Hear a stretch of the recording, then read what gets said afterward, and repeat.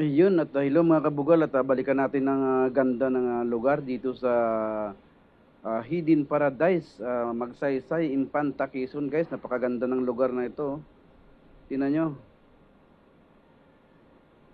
Yun at kung gusto nyo mag-unwind, mag-relax guys, punta lang kayo dito. Napakadali lang tuntunin ng lugar na to guys. Baybayin nyo lang ang mula Marilaki, Antipolo Rizal, dire-diretso lang po at madadaanan niyo ang Paradise Resort dito sa Magsaysay, Infanta, Quezon. Ayan guys, oh. Diyan nanggagaling yung tubig sa bukal. Ayun, napakalinaw at napakasobrang lamig guys.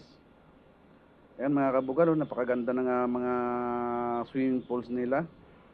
Ayun, oh, at yan ang galing sa sa bukal guys. Napakalamig ng tubig, napakasarap. Ayun, napakamura lang guys ng entrance nila dito. Nasa 50 pesos lang. Or magkuha kayo ng cottage, nasa 500 to 600. Pwede rin kayo mag-overnight dito guys. So na gusto niyo mag-overnight, open din sila.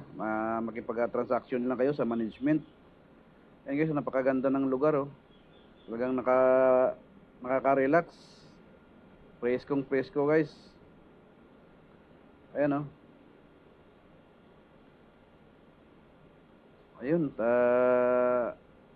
panoorin natin ang ganda ng lugar na ito.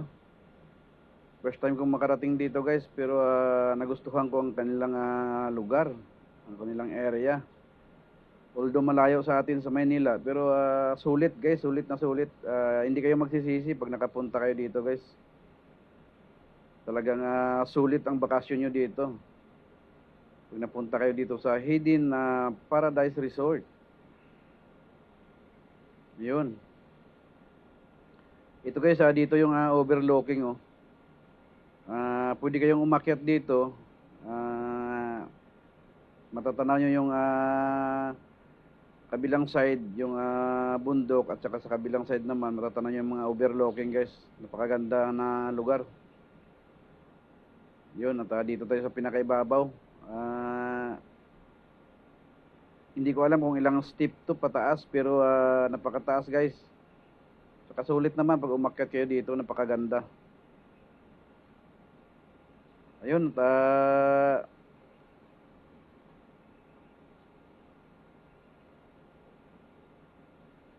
yan, tingnan nyo guys, oh, napakaganda ng lugar. Pero dapat guys, pag pumunta kayo dito, mag-iingat-ingat kayo. Ang inyong motor pwede nga ipasok dito hanggang sa may malapit sa falls. Pero yung mga four wheels guys, depende kung makaakyat kasi napakataas ng akyatin. Tsaka medyo makitid yung ano guys, yung daanan. Kaya sa motor okay lang, pero sa mga four wheels guys, may ano naman sila sa baba, sa highway, may pwede naman kayo mag-park guys. Makipag-uusap lang kayo sa management na kung safety yung inyong car, ang inyong mandalang service. Ayun, at hanggang dito na lang yung ating video guys. Maraming salamat po sa inyong lahat sa panonood. At